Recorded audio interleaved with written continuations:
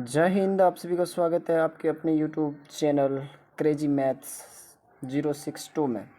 My dear students, आज का हम लोग का basic concept of articles part 2, basic concept of articles part 2 और पार्ट 1 बन चुका है।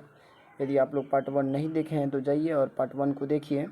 आज हम लोग पार्ट 2 पढ़ने वाले हैं बेसिक कॉन्सेप्ट ऑफ आर्टिकल का। तो उसमें एग्जाम्पल हम लोग पढ़ रहे थे और कहाँ पे किसके पहले ए लगता है और किसके पहले एन लगता है, यानी कि एडजेक्टिव रहता है और एडवर्ब रहता है नाउन से पहले। तो किसी भी नाउन से पहले, जैसे यहाँ पर देखिए, किसी भी नाउन से पहले जैसे कोई एडजेक्टिव रहे तो एडजेक्टिव के पहले ए का प्रयोग होगा या एन का प्रयोग होगा, या फिर कोई भी एडवर्ब रहता है तो एडवर्ब से पहले ए एन का प्रयोग हम लोग करते हैं। तो पिछले वीडियो में दो एग्जाम्पल लिए थे, इसमें 3 एग्जाम्पल उसी का है। तो चलिए आज हम लोग इस एग्जाम्पल को पढ़ते हैं। और यहाँ पे लिखा हुआ है Sita is a good girl. तो गुड क्या है हम लोगों का? एडजेक्टिव है। गुड क्या है? एडजेक्टिव है। गुड हम लोगों का एडजेक्टिव है, तो इसलिए एडजेक्टिव से पहले ए का प्रयोग किया गया है। और यहाँ पे हम लोग और भी अच्छे तरीके से देख सकते हैं।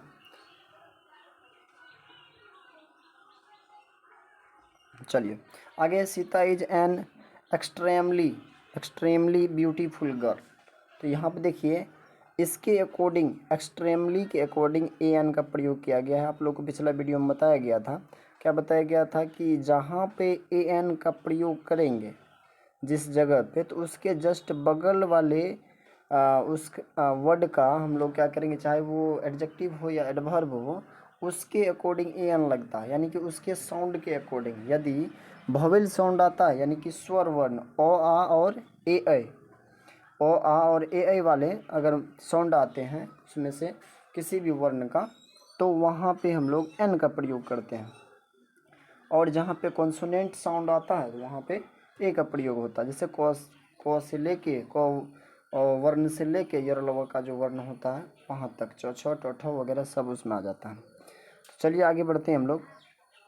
Sita is a very good girl. देख रहे हैं, वेरी एडवर्ब है हम लोगों का, और वेरी जो एडवर्ब है, और इस एडवर्ब के पहले ए का प्रयोग किया गया है। यहाँ पर भी एक एडजेक्टिव, यहाँ ये भी एडवर्ब है हम लोगों का, यहाँ पे एडजेक्टिव है। तो हम लोग हमेशा इस चीज़ को ध्यान में रखेंगे। ऐसे नहीं लिखेंगे कि Sita is good a girl, ऐसे नहीं लिखेंगे। अगर किसी भी, यहाँ पे गर्ल क्या है?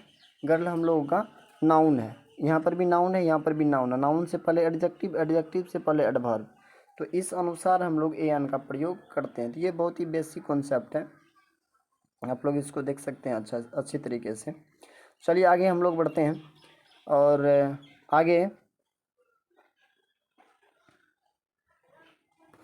आगे है हम लोगों का, देखिए यहाँ पर एक पॉइंट लिखा हुआ है। पॉइंट में है कि ए और एन के प्रयोग में अंतर। ए और एन के प्रयोग में अंतर। ए और एन के प्रयोग में क्या अंतर है, इसको हम लोग बहुत ही अच्छी तरीके से पढ़ने वाले हैं।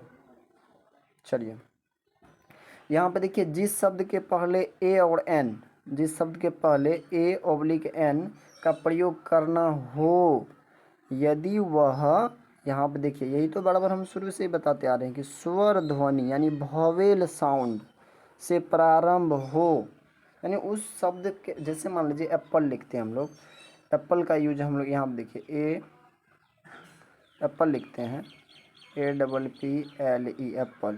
तो इसका साउंड कैसा है हिंदी में जो हम लोग लिखते हैं, तो कैसे लिखते हैं? तो एप्पल, एप्पल ऐसे लिखते हैं, एप्पल।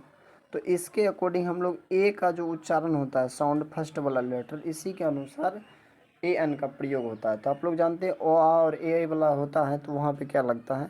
एन का प्रयोग होता है। तो यानी कि वोवेल साउंड आता है ना, इस वजह से एन का प्रयोग होता है। ये नहीं कि AEIOU लिखा हुआ है वहाँ पे ए एन लगा दीजिएगा, वो हम लोगों का 100% करेक्ट नहीं होता है, कभी कभी वो गलत भी हो जाता है।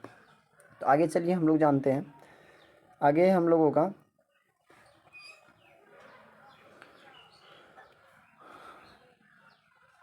चलिए, जिस शब्द के पहले ए या एन का प्रयोग करना हो, यदि वह कौन सी स्वर यानी वॉवेल साउंड से प्रारंभ हो तो एन का प्रयोग करना वहाँ पे।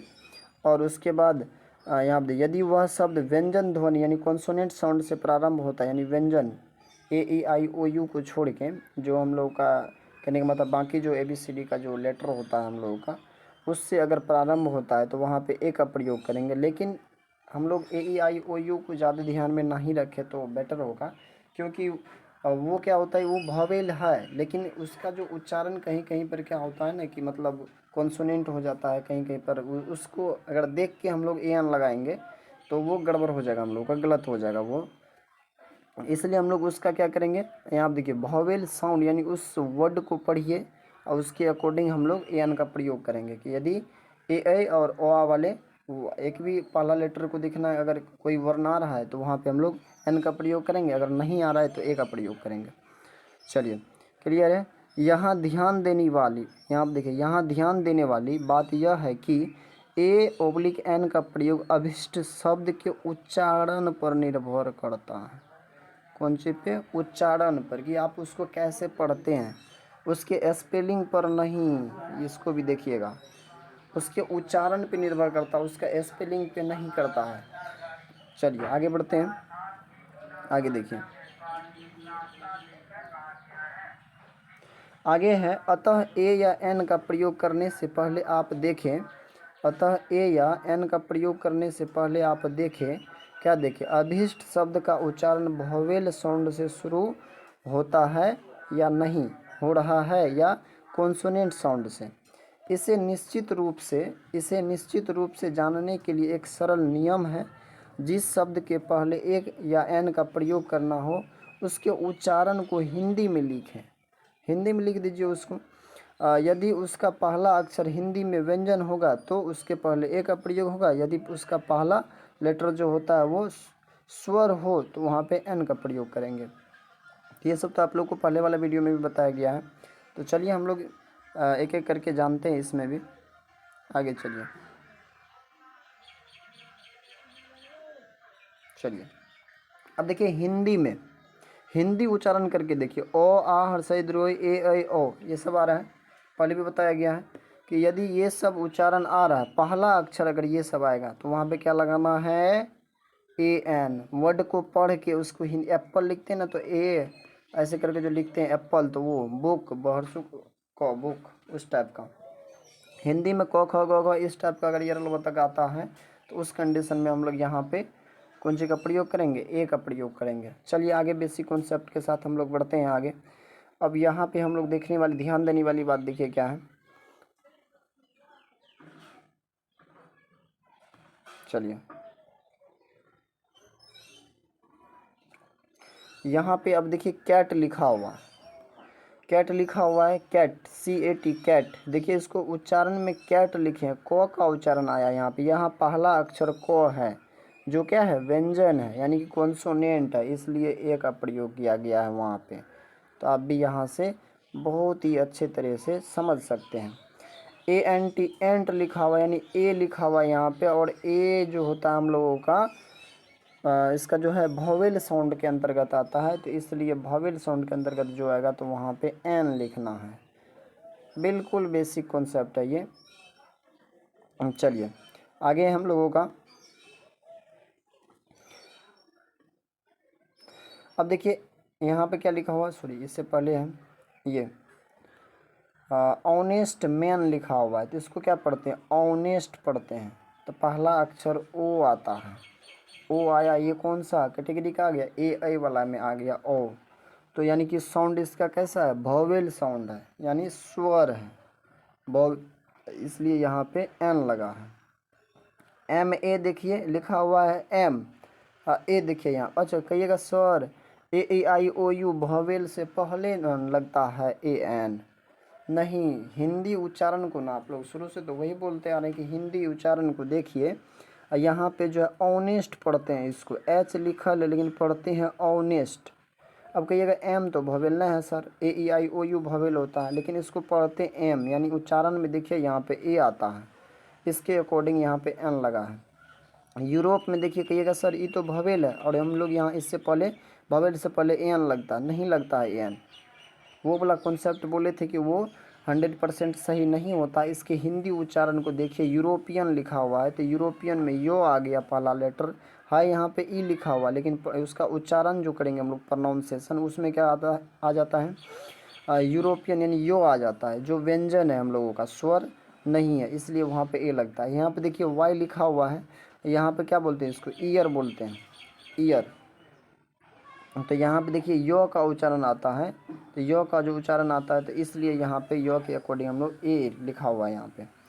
तो कुछ इस प्रकार से आगे बढ़ते हैं हम लोग। और देखिए आप लोग, बहुत ही आसान है इंग्लिश सब्जेक्ट भी, बस आप लोग बने रहिए हमारे वीडियो में। यदि आप लोग हमारे चैनल पर नए हैं तो हमारे चैनल को सब्सक्राइब कीजिए, बेल आइकन को दबाइए और अपने दोस्तों के पास भी शेयर करें हमारे वीडियो को।